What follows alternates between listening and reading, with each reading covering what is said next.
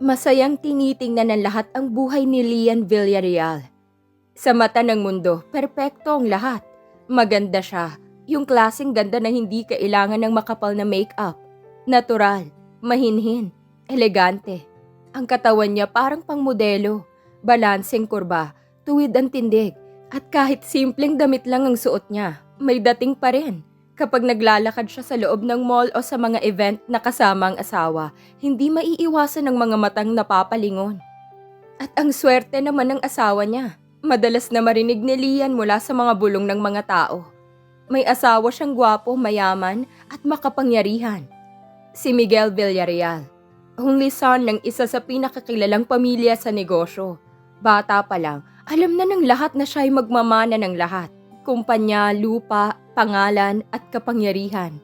At pinili niyang pakasalan si Lian, isang babaeng walang apelyidong kilala, walang yamang ipagmamalaki. Sa paningin ng iba, fairy tale. Pero walang nakakaalam na ang buhay ni Lian ay isang golden cage. Sa loob ng napakalawak na mansyon ng mga Villarreal, tahimik na nakatayo si Lian sa harap ng salamin. Simple ang suot niya, isang light beige na dress na hapit sa bewang, mahaba hanggang tuhod, desente pero elegante. Hindi siya mahilig sa alahas. Isang maliit na hikaw lang at manipis na kwintas ang suot niya. Pinagmasdan niya ang sarili. She looked composed, calm, strong. 3 taon na siyang nakatira sa mansyon na ito. 3 taon na pagngiti kahit masakit. 3 taon ng pagpipigil, pag-unawa, at paniniwalang balang araw, matatanggap din siya. Narinig niya ang tunog ng yapak mula sa likuran. "Lian, I'm leaving now." Napalingon siya. Si Miguel, nakasuot ng gray suit, maayos ang buhok, amoy cologne na pamilyar sa kanya. Ang lalaking minahal niya, hindi dahil sa apelyido, kundi dahil sa kung paano siya tratuhin noong una. Noong wala pang malamig na pader sa pagitan nila. Lumapit si Lian at inayos ang kurbata ng asawa. "Take care." Malumanay niyang sabi. Hinawakan ni Miguel ang kamay niya, bahagyang pinisil. "I'll try to be home early," sabi nito. "Ayokong maiwan ka na naman kay mama." Ngumiti si Lian. Sanay na siya sa ganitong usapan. "It's okay," sagot niya. "Kaya ko naman." Pero sa loob-loob niya, hindi ko na kaya. Pero kailangan. Umalis si Miguel at kasabay ng pagsara ng pinto ng sasakyan, may isa pang presensyang dumating. Mas mabigat, mas malamig, mas nakakatakot. "Until now, hindi ka pa rin marunong magdamit ng maayos." Nanlamig ang buong katawan ni Lian. Hindi niya kailangan lumingon para malaman kung sinong nagsalita. Si Doña Elvira Villarreal. Ang biyuda, ang reyna ng mansyon, ang babaeng may kontrol sa lahat, lalo na sa anak nito. "Good morning po, Mama." Mahinahon at magalang na bati ni Lian. Pero hindi man lang siya sinagot ng ngiti. Sinipat siya ng Donya mula ulo hanggang paa. Parang sinusukat ang bawat hibla ng pagkatao niya. Parang hinahanapan ng mali. "You still look cheap." Malamig nitong sabi. "Mukha kang galing palengke, hindi asawa ng isang Villarreal." Parang may kumurot sa dibdib ni Lian. Pero hindi siya umimik. Nilunok niya ang sakit, gaya ng lagi niyang ginagawa. "May ipapahanda po ba kayo?" "I don't need anything from you." Putol ng Donya. Tumayo ito ng tuwid, taas noo. Parang reyna sa sariling kaharian. "Alam mo ba kung bakit ka lang nandito?" Tumigil ang mundo ni Lian. "Because my son liked your face." Diretsyong sabi ng Donya. "Your body." Parang may bumagsak sa loob niya. "Not your background." Dugtong nito. "Hindi ka bagay sa pamilya namin. Simple ka, mahirap." Napayuko si Lian. Automatic. Sanay na ang katawan niya sa ganitong depensa. "Kung hindi dahil sa ganda mo," patuloy ng Donya, "wala ka sa posisyon na to." Tahimik ang buong sala. "And until now?" Dagdag nito. Mas malamig ang boses. "Wala ka pang naibibigay sa akin na apo." 3 taon. 3 taon ng tanong. 3 taon ng sisi. Sa kanya. "You're useless as a wife." Malamig na sambit ni Doña Elvira. "So at least," Make yourself useful in other ways. Tumalikod ito at umalis. Iniwan si Lian na parang basag na baso sa gitna ng napakalawak na sala. Humawak si Lian sa dibdib niya. Hirap siyang huminga habang mag-isa sa sala. Bumalik sa isip ni Lian ang mga alaala ng kanyang pinanggalingan. Hindi siya ipinanganak sa marangyang mundo. Lumaki siya sa maliit na bahay, sa tabi ng eskinita. Ang ina niya, isang kasambahay. Babaeng gumigising ng madaling araw, umuuwi ng gabi. Nangingitim ang kamay sa kakukuskus ng sahig ng ibang bahay para lang mapag-aral siya. Anak, madalas sabihin ng ina niya noon, mag-aral ka, ayokong tumanda kang pagod tulad ko. At nagsumikap si Lian. Scholarship, sideline, puyat, luha. Nakatapos siya ng college hindi dahil mayaman sila, kundi dahil may isang inang handang magsakripisyo ng lahat. At ngayon, kahit gaano kalayo na ang narating niya, parang hindi pa rin sapat. Kinagabihan, tahimik na bumalik si Miguel. She said something again, didn't she? Tanong nito, halatang pagod. Hindi sumagot si Lian, umiling lang siya. Lumapit si Miguel at hinawakan ang pisngi niya. I promise. Bulong nito. Someday everything will change. Ngumiti si Lian, pero this time, may luha sa mata niya. Gusto niyang maniwala, pero gaano katagal ang someday? Habang magkatabi silang nakahiga sa kama, mahimbing na natutulog si Miguel. Si Lian, gising ang diwa. She stared at the ceiling. Sa likod ng katahimikan ng kwarto, may bumubulong na tanong sa isip niya. Hanggang kailan ako magtitiis? Dahan-dahan siyang bumangon. Ayaw istorbohin ng asawa. Lumabas siya ng kwarto at bumaba sa sala. Tahimik, madilim. Tanging ilaw mula sa garden ang sumisilip sa malaking bintana. Kumuha siya ng tubig at doon niya napansin. Isang cellphone. Hindi kanya. Hindi rin yun ang phone na laging gamit ni Miguel. Nasa side table. Parang sinadyang iwan. Nanlaki ang mata ni Lian. Bakit may isa pang phone si Miguel? Huminga siya ng malalim. Ayaw niyang mag-isip ng masama. Ayaw niyang mag-assume. Pero may boses sa loob niya na paulit-ulit na bumubulong. Check it. You deserve the truth. Dahan-dahan niyang dinampot ang phone. Lock. Pero may notification. At sa isang iglap, gumuho ang mundo ni Lian. Nanginginig ang kamay ni Lian habang hawak ang cellphone. Hindi niya alam kung bakit natatakot. Asawa niya si Miguel. May karapatan siyang malaman, pero iba ang takot kapag pakiramdam mo may mababago sa sandaling ito. Huminga siya ng malalim. Dahan-dahan niyang pinindot ang screen. Isang notification ang bumungad. Rika, miss you already. Sabihin mo kay Tita Elvira, confirmed na yung lunch tomorrow. Parang may humampas sa dibdib ni Lian. Rika, isang pangalan na ilang beses na niyang narinig mula sa bibig ni Doña Elvira. May paghanga. May lambing, may pagmamayabang. Anak ng Alonso, kilalang pamilya, bagay na bagay kay Miguel. Nanlamig ang buong katawan niya. Hindi pa siya umiiyak, parang hindi na umaabot sa utak niya ang sakit. Her fingers trembled as she unlocked the phone. At doon niya nakitang mga mensahe, ang tawanan, mga inside jokes, mga pictures sa mamahaling restaurant, mga simpleng ingat ka at I miss you. Hindi ito bagong usapan. Hindi ito isang beses lang. Matagal na. Parang may humigop ng lahat ng lakas niya. Isang mensahe ang tumatak sa kanya. Mensahe ni Miguel para kay Rika. I'm trying my best. Hindi pa pwede ngayon. Ayokong masaktan siya. Si Lian. Parang may sumabog sa loob ng dibdib niya. So alam niya. Alam ni Miguel na masasaktan siya. Pero tinuloy pa rin ito. Tumulo ang luha ni Lian. Walang hikbi, walang tunog. Tahimik lang, parang katawan niyang sumusuko. Bigla niyang naalalang mga araw na late umuuwi si Miguel. Ang mga meetings na hindi niya alam kung saan ginaganap. Ang mga yakap na parang may distansya. Ang mga ngiting pilit. Ito pala yon. So this is why. Bumalik siya sa sopa. Hawak ang phone. Nanginginig ang tuhod. Parang anumang sandali. Babagsak siya. At sa mismong sandaling yon, bumukas ang ilaw. And anong ginagawa mo? Napalingon siya. Nakatayo sa hagdan si Doña Elvira. Tuwid ang likod. Malamig ang tingin. Parang hindi nagulat. Parang inaasahan na nito iyon. po. Nanginginig na sagot ni Lian. Tumama ang tingin ng Donya sa cellphone na hawak niya. At imbes na magulat, ngumiti ito. Ah, sabi nito, kalmado. Nalaman mo na pala. Parang binuhusan ng malamig na tubig si Lian. Alam niyo po.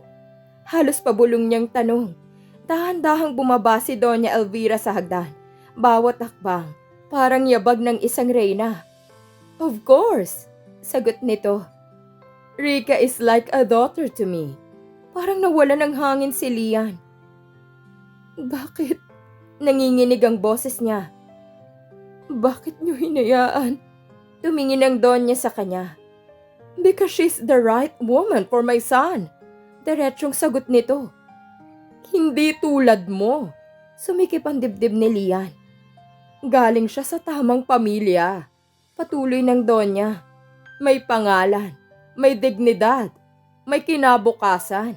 Huminto ito sandali. Sinadya. At higit sa lahat, kaya niyang bigyan ng anak si Miguel. Parang may pumutok sa loob ni Lian. So, ako? Tanong niya. Ano po ako? Tahimik ang sala. Then, a mistake. Parang hindi niya narinig agad. Parang kailangan pa ng ilang segundo bago pumasok sa utak niya. You were never meant to stay. Dagdag ng Donya. Pansamantala ka lang. Napaupo si Lian sa sopa. Hindi niya na kayang tumayo. Mahal ko pong anak niyo. Sabi niya, halos walang boses. Asawa niya po ako. Ngumiti ang Donya, ngiting walang init. At siya? Tanong nito. Mahal ka ba niya enough para ipaglaban ka? At sa sandaling yon, bumukas ang pinto. Lian, si Miguel. Natigilan siya nang makita ang phone sa kamay ni Lian at ang luha sa mga mata nito. Anong ginagawa mo? Tanong niya. Tumingin si Lian sa kanya. Wala nang galit, wala nang iyak. Pagod na lang. Matagal na ba? Tanong niya. Tahimik si Miguel at sa katahimikan yon, nakuha na ni Lian ang sagot. Matagal na. Mahinang sabi niya. At alam ng mama mo. Hindi umimik si Miguel. That silence destroyed her more than any words. I loved you, sabi ni Lian. Minahal kita kahit hindi ako tanggap. Kahit araw-araw akong minamaliit. Lumapit siya kay Miguel. Hinarap ito. Pero ang mas masakit, hindi mo man lang ako prinotektahan. Napayuko si Miguel. I'm sorry, sabi nito. I didn't know how to stop it. Napatawa si Lian. Mapait. You didn't want to. Tumahimik ang buong bahay. And then she turned to Doña Elvira. Nanalo na po kayo, sabi niya. Pero tandaan niyo, hindi lahat ng laban. Kayong panalo sa huli. Umakyat siya sa kwarto. Kinuhang isang maliit na bag. Naglagay ng mga damit at hindi man lang siya pinigilan ni Miguel. Mas nakinig pa si Miguel sa kanyang ina na si Doña Elvira. Habang naglalakad palabas ng mansyon, huminto siya sandali. Biglang nahilo. Parang sumikip ang dibdib niya. May kakaibang pakiramdam sa tiyan niya. Something she couldn't ignore. Hindi ngayon. Pero huli na. Hindi pa nila alam. Nasa loob ng katawan niya, may isang buhay na unti-unting nabubuo. Hindi pa siya ganun kasigurado, pero delayed na siya ng isang buwan. Plano sana niyang magpa-check up, pero sa nangyari, pinili niyang ilihim na lang ito. Isang lihim na, kapag nalaman ni Doña Elvira, ay huli na ang lahat para bawiin siya. Sa mata ng lahat sa mansyon ng Villarreal, perpektong imahe ni Rika Alonso. Maganda, elegant, at may aura ng confidence na natural na taglay ng mga batang lumaki sa marangyang mundo. Hindi tulad ni Lian, na kahit maganda, simple lang. Si Rika'y ipinanganak sa tamang pamilya. May pangalan at may kayang ipakita sa lipunan.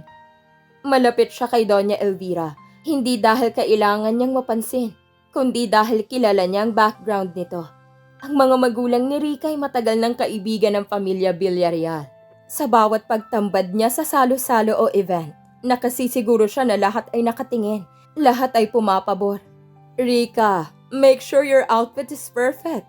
Pahayag ni Doña Elvira habang pinapakita sa salamin ang anak ng kaibigan niya. Alam mo, Miguel deserves the best. Hindi pwede na may mali. Ngumiti si Rica, mahinhin pero confident. Yes, tita. Sagot niya, habang hinahaplos ang buhok niya. Don't worry, I'll take care of everything. Sa loob ng mansyon, bawat salita ni Doña Elvira kay Rica ay parang pag-aproba. Isang subtle na pagpapakita ng posisyon. Si Lian sa kabilang banda ay wala sa ganitong mundo. Walang malalapit na koneksyon. Walang pamilya sa tabi. Kahit ang simpleng approval ng biyenan ay laging kulang. Laging malamig. Rica, meanwhile, is enjoying the perks. Laging kasama sa bawat kaganapan sa negosyo. Laging kasama sa pamimili. Laging may special na atensyon mula kay Miguel. Kahit simpleng yakap o ngiti lang. Sa bawat party, si Doña Elvira ang laging nagpapakilala kay Rica. Ladies and gentlemen, meet the future mother of our ear. At lahat ay naniniwala. Isang gabi, habang magkausap sa lounge ni Doña at Rica, nag-open ng topic si Rica tungkol kay Miguel. Si Miguel, he seems distracted lately, sabi ni Rica. Ngunit sa halip na mag-alala, ngumiti si Doña. Don't worry, anak. He will always listen to me first. That's how it works. Kaya lang, kailangan mong maging matyaga at mapagkumbaba sa kanya. Parang isang lesson sa politika kung paano i-manipulate ang puso ng lalaki na mahalaga sa pamilya. Sa bahay ng ina ni Lian siya tumuloy, nakaupo sa sopa, malalim ang iniisip. Naalala niya noong mga nakaraang buwan, napansin ni Lian ang mga pagbabago. Si Miguel, madalas late, mga meeting na hindi niya alam, mga ngiti na may kaunting distansya. At doon niya unti-unting naisip, hindi ito pagkakamali, hindi lang ito one-time thing. Kinabukasan, tahimik si Lian sa kanilang bahay, ngunit hindi matahimik ang isip niya. Bawat alaala ng mansyon ay dumaan sa isip niya, ang ngiti ni Miguel, ang malamig na salita ni Doña, at ang perpektong imahe ni Rica. Umupo siya sa sofa, hawak ang tiyan niya.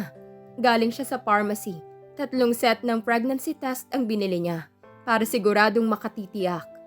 Isa-isa niyang ginawa ang test, at sa 3 yon, lahat, 2 linya ang lumitaw. Buntis ako. Halos hindi siya makapaniwala. Paghakbang-hakbang ng damdamin, halos sabay-sabay ang luha at siya ay dumadaloy sa kanyang puso. Para lang naghalo ang takot, tuwa at pagkamangha sa bawat tibok ng puso niya, habang umiiyak at nakahawak sa tiyan. Anak, kailangan nating maging handa. Kailangan nating malaman ng katotohanan. Nilapitan niya ang isang kilala ng isa sa mga kaibigan niya, isang taong pwede niyang pagkatiwalaan upang makatulong na malaman ang estado ng kalagayan ni Rica. Bago pa man, ay may naririnig na siya tungkol kay Rica na ito'y nagdadalang tao. At sa bawat salita ni Doña Elvira, bago siya umalis, tila may mga lihim at kahulugan na nakatago sa bawat binitawang salita. Hindi nagtagal, nakatanggap siya ng text, unknown number. Lian, this is Villarreal Medical Center. May update po regarding kay Miss Rica Alonso. Parang huminto ang mundo niya. Rica? Update? Confirmed po, Miss Rica is 2 months pregnant. Sabi pa sa kanya ng nurse sa kabilang linya. Nanlalamig ang katawan ni Lian. Parang may humigop ng hangin sa dibdib niya. 2 buwan na. Mas nauna siya sa akin. Bumagsak ang tasa ng gatas sa sahig, kasabay ng isang bahagi ng puso niya. Okay, thank you, mahina niyang sabi, bago ilagay ang phone. Tahimik siya, nakaupo sa sahig, hawak ang tiyan. Ang puso niya'y kumakabog. 2 buhay, 2 babae. Ngunit kahit ganito ang mundo, isang bagay ang malinaw. Hindi parehong laban nila. Sa mansyon, masaya si Doña Elvira, masaya si Rica. Finally, sabi ni Doña, hawak ang kamay ni Rica. May magdadala ng dugo ng Villarreal. Ngumiti si Rica, mahinhin, Perpekto. Eksakto sa hulma ng babaeng gusto ni Donya. Don't worry po, tita. Sabi nito, I'll take care of this baby. Our baby. Si Miguel, tahimik. Sa maliit na bahay, si Lian ay nag-iisa. Nakahiga, hawak ang tiyan. Anak, hindi kita ipagpapalit. Hindi sa kahit sino. Bulong niya. Parang sa bawat salita niya, lumalakas ang loob niya. Sa bawat paghinga, unti-unting bumabalik ang tapang na matagal nang nawala. Sa sumunod na mga araw, nag-focus siya sa sarili, naghanap ng trabaho, nag-ipon, nagplano. Kahit buntis, hindi siya sumuko. At sa bawat araw na lumilipas, nararamdaman niya ang tunay na kalayaan. Isang kalayaan na hindi kayang tanggalin ng Donya, ni Miguel, ni Rica. Ngunit sa bawat balita sa mansyon, patuloy ang pagpapakita ng kayamanan at kapangyarihan. Mga parties, mga photoshoots, mga handa para sa ipinagbubuntis ni Rica. Samantalang si Lian, tahimik at simpleng nagpaplano para sa kanyang magiging anak. Hindi ko kailangan ipakita sa mundo kung anong buhay meron ako ngayon. Ang pinakamahalaga ay ang buhay na nasa loob ng aking tiyan. Isang gabi, habang naglilinis ng bahay, tumigil si Lian sa gitna ng sala. Tiningnan niya ang langit mula sa bintana. Anak, pangako, mamahalin kita. Hinding-hindi kita ipagpapalit. Ngumiti siya. Ang ngiti niya, para sa unang pagkakataon sa maraming taon, ay tunay at hindi pilit. At sa tahimik na gabi, habang ang lungsod ay natutulog, naramdaman niya, ang laban ko'y hindi kay Miguel. Hindi kay Doña Elvira. Hindi kay Rica. Ito'y laban ko para sa buhay na ito. Pero isang bagay ang malinaw. Hindi ako magpapadala sa galit o panghuhusga ng iba. Samantala, sa mansyon ng Villarreal, si Rica ay nagbabalita rin ng kanyang sariling kalagayan. Baby is 2 months ahead na, sabi niya sa text kay Miguel, halatang may kilig. Ang bawat mensahe ay may kasamang inside joke at ngiti, parang palaging may presensya sa bawat bahagi ng buhay ni Miguel. Si Doña Elvira, syempre nangungunang masaya sa balita. Finally, may magdadala na ng dugong Villarreal, sabi nito. Hawak ang tiyan ni Rica at si Miguel, tahimik pero may bigat sa dibdib. Si Lian ay hindi nagre-react sa mga balita na galing sa mansyon. Mas pinili niya mag-focus sa sarili at sa bata. Naghanap siya ng trabaho, mag-iipon, nagplano para sa kinabukasan. At sa bawat araw na lumilipas, mas tumitibay ang loob niya. Hindi ko kailangan ng approval ng Donya. Hindi ko kailangan ng pagmamahal ni Miguel. Lumipas ang mga araw. Unti-unting lumalalim ang tensyon. Si Miguel ay tila hindi alam kung paano haharapin ang parehong katotohanan. Lian, Rica. Sa isip niya, pero walang sagot. Tahimik lang siya. Tahimik ang bawat hakbang niya sa mansyon. Bawat yakap kay Rica, bawat ngiti sa Donya. Samantalang sa bahay ni Lian, may bagong lakas na nagmumula sa kanya. Naglakad siya sa bintana, tiningnan ang mga ilaw ng lungsod. At sa isang iglap, naramdaman niyang isang bagay na hindi niya inasahan. Ang unang tunog ng tibok ng puso ng kanyang sanggol. Pakiramdam na parang may pumitik o mahinang tibok galing sa kanyang tiyan. Parang nagsasabi, I'm here, Mommy. Sa mansyon ng Villarreal, bawat araw ay puno ng kagalakan at plano. Si Rica ay masayang nag-a-adjust sa pagbubuntis. Si Doña Elvira ay parang reyna sa kanilang mundo. Lagi ang kamay sa tiyan ni Rica. Hawak, haplos, at sinasabi, Strong blood, strong child. This is the future of the Villarreal legacy. Si Miguel nakatingin sa kanila. May ngiti, ngunit hindi buo. Parang may lumulubog na parte ng kanyang puso na hindi niya kayang pansinin. Lumipas ang ilang araw at unti-unti napansin ni Lian na may kakaibang senyales sa kanyang katawan. Minsan nagugulat siya sa sudden na pananakit. Minsan naman may kakaibang sensasyon sa tiyan, pero sa halip na matakot, mas lalo siyang nagiging maingat. I need to prepare, not just for me, but for you, anak, bulong niya. Sa mansyon, si Rica ay laging may kasama. Sina Miguel, Doña Elvira at mga kaibigan at kamag-anak ng pamilya. Make sure you eat properly, madalas sabihin ni Donya. Don't skip anything, lalo na kung baby boy ang magiging anak mo. At si Lian, tahimik lang, nagmamasid sa mundo mula sa malayo, busy sa pagiging sekretarya sa isang maliit na opisina.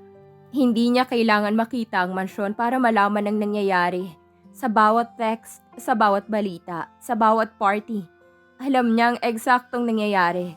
Ngunit sa halip na mapighati, mas lalo siyang nagiging matatag. Ang dating babae na palaging nag-aalangan, palaging umiiyak, ay wala na. Ngayon siya ay matatag, handa at may layunin. This is it. Time to fight for my child and myself. Isang gabi, habang nakahiga sa sofa si Lian, napatingin siya sa maliit na gamit ng sanggol na unti-unting pinaghahandaan. Hawak ang tiyan, napangiti siya ng konti. Maaari na siyang manganak simula next month, kaya naman panay ng paghahanda nila ng kanyang mama. Sa mansyon ng Villarreal, parang may piyesta. Ang bawat sulok ay puno ng bulaklak, balloons at musika para ipagdiwang ang pag-uwi ni Rica at ng kanyang sanggol na lalaki. Hanggang sa makarating na sila sa mansyon ng Villarreal, sakay ng sasakyan kasama si Miguel. Finally! May lalaking tagapagmana tayo! Masayang sabi ni Doña Elvira, hawak ang kamay ni Rica habang nakangiti. Strong blood, strong child. He will continue the Villarreal legacy. Si Rica, buong pagmamalaki, hawak ang sanggol. Ngumiti siya sa bawat bisita, bawat kaibigan ng pamilya, bawat kamera na nagre-record ng espesyal na araw na ito. At si Miguel, tahimik siya sa gilid, nakangiti. Sa kabilang mundo, sa maliit na bahay ni Lian, tahimik ang gabi. Si Lian nakaupo sa silya sa tabi ng kanyang kama. Hinahaplos ang tiyan. Anak, malapit na kitang mahawakan. Huwag mong papahirapan si Mama. Bulong niya. Hindi siya apektado sa kasiyahan ng mansyon. Hindi siya nagreklamo o naiinggit. Sa halip, mas lalo niyang pinagtutuunan ng bagong buhay na unti-unti niyang binubuo. Isang buhay para sa kanyang magiging anak. Minsan habang nagluluto ng hapunan, tumingin siya sa mga lumang litrato niya at ni Miguel. Akala ko, pagbubuntis ko babalik at bubuo muli sa pagsasama namin. Bulong niya sa sarili. Ngunit napagtanto niya, reality is harsher than fantasy. This baby is mine, and I will fight for you, anak. Sa trabaho, maagang nag-leave si Lian upang maghanda sa kanyang pag-anak. Hindi madali ang mga araw na yon, pero sa tulong ng kanyang mga kaibigan at ni Dominic, unti-unti niyang natutunan kung paano balansehin ang pagbubuntis at trabaho. Sa bawat araw na lumilipas, mas lalo siyang tumitibay, hindi para sa mansyon, hindi para kay Miguel, kundi para sa anak na unti-unting lumalaki sa loob ng kanyang sinapupunan. Si Dominic, laging nariyan kapag may kailangan siya. Kasama niya sa opisina, isang simpleng lalaki, pero matipuno at may malakas na dating. Hindi lamang bilang katuwang sa trabaho, kundi bilang sandalan sa bawat hakbang ng bagong yugto ng buhay ni Lian. Sa mansyon ng Villarreal, parang laging may selebrasyon. Kahit simpleng kaganapan, may party, fine dining, at social gathering. Ngayon, espesyal. Ang bawat bisita ay naroroon para sa anak ni Rica. Ladies and gentlemen, meet the future of Villarreal bloodline. Masayang sabi nito habang ipinakikilala ang sanggol sa lahat ng bisita. May photographers, social media posts, at high-class na bisita. Lahat ay nakatutok sa batang lalaki. Parang bawat mata sa mansyon ay nakatutok lamang sa kanya. Perpektong hinaharap ng Villarreal dynasty. Si Miguel, tahimik sa gilid, nakangiti sa paligid. Ngunit sa kaibuturan, may bigat sa dibdib niya. Hindi siya nakakatanggi sa ngiti ni Rica o sa mga kamay ng ina niya na nagagalak. May bahagi ng puso niya na patuloy na iniisip si Lian. Ang legal na asawa, ang babaeng iniwan niya, at ang nagdala rin sa kanyang anak na walang nakakaalam sa mga Villarreal. Habang abala ang mansyon, sa bahay ni Lian, tahimik ang gabi. Biglang nakaramdam siya ng matinding pananakit sa tiyan. Agad niyang tinawag ang kanyang ina at sinabi na manganganak na siya. Hindi nagtagal, Dumating ang kanyang matalik na kaibigan at si Dominic na laging nariyan upang suportahan siya. Gamit ang sasakyan ni Dominic, dali-dali silang nagtungo sa ospital. Pagdating doon, agad siyang pina-admit dahil nagsisimula na ang labor. Makalipas ang ilang oras na ilabas na niya ang kanyang sanggol. Babae, maliit, malusog at ang mga mata kasing liwanag ng pagsikat ng araw. Si Lian ay napangiti. "Hello, anak ko." Pagbulong niya sa sanggol. "Hindi ko man alam kung anong hinaharap ang naghihintay sa'yo. Pero pangako, mamahalin kita ng buong puso ko." Idinapa ang sanggol sa kanyang dibdib. Dahan-dahang humihinga. Habang hawak ni Lian ang maliliit na kamay nito. Walang kasing saya. At sa sandaling yon, sinabi ni Lian sa sarili, "Wala akong pakialam kung hindi siya ang sanggol na lalaking gusto nila. Buhay niya ay akin at yun ang mahalaga." Hindi niya hinayaan ang opinyon ng iba.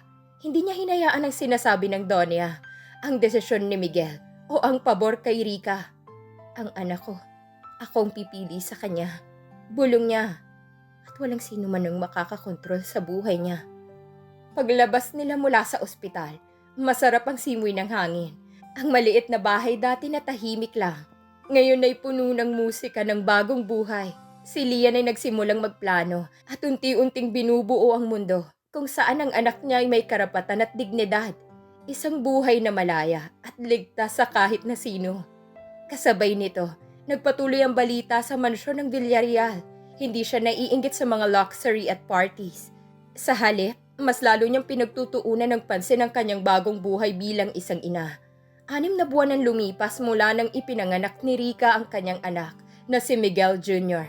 Nagkaroon ng bata ng karamdaman at kailangan na itest ang blood type nito dahil nagkaroon ito ng infection sa dugo. Dito nalaman ni Miguel na hindi tumutugma ang blood type ng sanggol sa kanya. Agad niyang naisip na maaaring kay Rica ang tugma ng dugo. Pero nang itest din ito, hindi rin nagtugma. Nagkaroon ng kutob si Miguel. Alam niyang bihira ang ganitong kaso. Dahil dito lihim niyang ipina-DNA test ang sanggol upang malaman ang katotohanan. 1 buwan ang nakalipas. Isang unexpected call mula sa ospital ang dumating. "Mr. Villarreal, kailangan po namin ipaalam na pwede nang makuha ang result ng DNA test." Parang huminto ang oras sa mansyon. Si Doña Elvira ay nanlaki ang mata. Si Miguel, tahimik. At si Rica, hindi pa rin makapaniwala. Negative o hindi isang Villarreal ang batang kinikilala nilang tagapagmana. "Hindi ito pwede," bulong ni Donya sa sarili, nanginginig ang kamay habang hawak ang sanggol. Paano nangyari to? Ang anak ni Rica, hindi anak ni Miguel. Sa mansyon, naghari ang katahimikan. Ang mga ngiti, ang mga tawa, biglang naputol. Si Doña Elvira na sanay na laging panalo ay tila nawala ng mundo sa kanyang paligid. Ang kanyang muka dati puno ng kumpiyansa at ngayon ay tahimik at puno ng kahihiyan. Si Miguel na dati ay tahimik, ngayon ay humarap sa katotohanan. Hindi siya masaya, hindi rin siya galit. May halo itong panghihinayang at sakit. Sa kabilang banda, si Lian ay nakatanggap din ng balita. Hindi siya nagulat. Alam niya sa sarili niya na may katotohanan na unti-unting lilitaw. Ngunit sa halip na maapektuhan, mas lalo niyang pinagtutuunan ng pansin ang kanyang sariling anak. "This is the time. This is my chance, anak. And I will survive. You and I will survive. And we will thrive." Sa mansyon ng Villarreal, tila walang hanggan ang kasiyahan noon. Pero ngayon, isang matinding kawalan ang pumalit. Isang gabi, biglang naglaho si Rica kasama ang kanyang anak na lalaki. Walang paalam, walang mensahe, parang bulalang na nawala sa mata ng lahat. "Nasaan sila?" sigaw ni Doña Elvira, nanginginig at galit. Hindi pwede na mawala sa amin ang Villarreal Ear." Si Miguel, tahimik sa sulok, ay ramdam ang pagkabigla. Sa loob ng kanyang dibdib, may halo ng takot at panghihinayang. Kung may isa siyang bagay na ayaw mawala, yun ay ang bata. Hindi niya alam kung paano nawala si Rica. Pero ramdam niya may kinalaman ito sa buhay na hindi niya kontrolado. Sa kabilang dako, si Lian sa kanyang maliit na bahay, hawak ang sanggol, tahimik at payapa. Hindi niya alam na may nagaganap sa mansyon, pero ramdam niya sa sarili niyang puso ang katahimikan ng panahon. Anak, ikaw at ako lang, bulong niya. Wala kahit sinong makakagalaw sa atin. Balik sa mansyon, si Miguel ay nagsimulang maghanap. Where did they go? Rika! Anak ko! Sigaw niya habang nagmamaneho sa kalye. Nagtanong sa mga kaibigan at kapitbahay. Lahat ng galak at party ay napalitan ng pangamba at pagkabalisa. Si Doña Elvira, kahit galit, ay hindi makagalaw. Ang kanyang itinuturing na apo ay nawala sa kanya. Ang kanyang planong magpatuloy ng Villarreal bloodline sa paraan na gusto niya ay naputol sa isang iglap. Si Rika at ang anak ay lumipad patungo sa ibang bansa. Tahimik, ligtas, hindi alam ng mansyon ang kanilang lokasyon. Para kay Miguel, ito ay simula ng isang obsesyon at paghahanap. Para kay Lian, ito ay paalala na ang tunay na buhay ay nasa kanyang kontrol at ang kanyang anak ay ligtas at siya ay malaya. Sa mansyon ng Villarreal, tahimik ang gabi. Si Miguel ay nakaupo sa study. Iniisip ang pagkawala ni Rika at ng anak nito. Where did they go? How could they just disappear? Bulong niya sa sarili. Ngunit sa kalooban niya, may isang maliit na tinig na bumabalik. Si Lian. Hindi niya alam pero sa kabilang mundo, sa bahay ni Lian, may sanggol na mag-aanim na buwan na napakaganda at napakaamo ng muka. Isang gabi, habang naglalakad si Miguel sa kalye, nakatanggap siya ng mensahe mula sa isang kaibigan sa ospital. Sir Miguel, may bagong impormasyon. Ang bata ni Lian. Confirmed, may dugo mo. Legal siyang anak mo. Parang bumagsak ang mundo ni Miguel sa katahimikan ng gabi. Tahimik siya, nanginginig ang kamay habang hawak ang phone. May halong saya, panghihinayang at pagkatalo sa sarili. Samantala, si Lian ay abala sa pag-aalaga sa sarili at sa kanyang anak. Hindi niya alam na nalaman na ni Miguel ang tungkol sa kanya at sa anak nila. Ngunit sa halip na matakot, mas lalo niyang pinagtutuunan ng pansin ang buhay na kanyang binuo para sa anak. Si Dominic, ang kasamahan niya sa trabaho ay laging nandyan. Nagbibigay suporta, gabay, at minsan ay konting pahinga. Hindi lamang siya katrabaho. Siya rin ay naging katuwang at protector sa bagong yugto ng buhay ni Lian. Si Miguel ay nagpasya. Kailangan niyang makita ang anak at si Lian. Ngunit may problema. Si Lian ay mas malakas na ngayon, mas independent, at hindi na basta-basta maaapektuhan ng mansyon o ni Doña Elvira. Hindi rin siya makokontrol ni Miguel tulad ng dati. Makalipas ang ilang taon, sa mansyon ng Villarreal, tahimik na ang lahat. Si Doña Elvira ay laging nakaupo sa kanyang favorite na upuan, matamlay at tahimik. Ang dati palaging panalo, palaging nakokontrol ang lahat. Ngayon nakakaranas ng kahihiyan at sakit. Hindi niya na kayang ilihis ang mga nangyari. Ang plano nilang Villarreal bloodline ay naputol at siya mismo ay napilita magbago. Si Miguel sa kabilang banda ay nag-aalala sa ina. Tahimik, responsable at tila nagbabayad ng sariling pagkukulang. Hindi na siya makakabalik sa mga lumang pagkakamali. Ang mansyon ay puno pa rin ng yaman at karangyaan, ngunit ang puso ng pamilya ay may puwang para sa kabutihan at pagbabago. Si Lian, sa maliit at payapang bahay, ay mas masaya at matatag, kasama ang kanyang anak at si Dominic. Nagpatuloy siya sa buhay. May trabaho, may sariling pera, may dignidad. Ang anak niya, malusog, masigla at puno ng pagmamahal. Ang buhay nila ay puno ng simple, pero totoong kasiyahan. Si Dominic ay naging katuwang at kaibigan niya sa pagpapalaki ng anak ni Lian. Hindi perpekto ang lahat, ngunit lahat ay puno ng pagmamahal at respeto. Samantala si Rika, sa kabila ng pagkawala niya sa mansyon, ay nagpatuloy sa sariling buhay. Nalaman niyang hindi anak ni Miguel ang bata, at kahit maganda ang plano niya noon, kailangan niyang mag-move on at ipagpatuloy ang buhay sa sarili niyang paraan. Hindi lahat ng tagumpay ay nakukuha sa pera o kapangyarihan. Kahit may yaman at posisyon, hindi nito mabibili ang tunay na pagmamahal at respeto. Sina Doña Elvira at Miguel ay natuto sa pagkukulang at kahihiyan. Natutunan nila ang responsibilidad at kabutihan. Mahalaga ang pagpili para sa sarili at sa tama. Si Lian ay naging malakas at masaya dahil pinili niyang itaguyod ang sariling buhay at ang anak niya. Hindi dahil sa diktado ng iba. Sa huli, si Lian at ang kanyang anak ay masaya. Si Dominic ay katuwang sa bawat hakbang. Lumipas pa ang taon, nagkaroon sila ng anak ni Dominic. Si Miguel ay nagbabayad ng pagkukulang at siyang nag-aalaga sa inang mahina na at nagkasakit, si Doña Elvira. Hindi lahat ng umaalis ay talunan. Minsan, umaalis ka na para mabuhay, para mahalin, at para maging malaya. At dito nagtatapos ang kwento ni na Miguel at Lian. Hindi lahat ng pagmamahalan ay may happy ending. Dahil minsan, mas malupit ang realidad kaysa sa pangarap. Ang kwentong ito'y hango sa totoong buhay. Sana'y may aral kayong napulot. At kung nagustuhan niyo ang kwentong ito, huwag kalimutang mag-subscribe, mag-like, at samahan niyo ako sa mga susunod pang kwento na mas lalong tatatak sa puso. Maraming salamat po.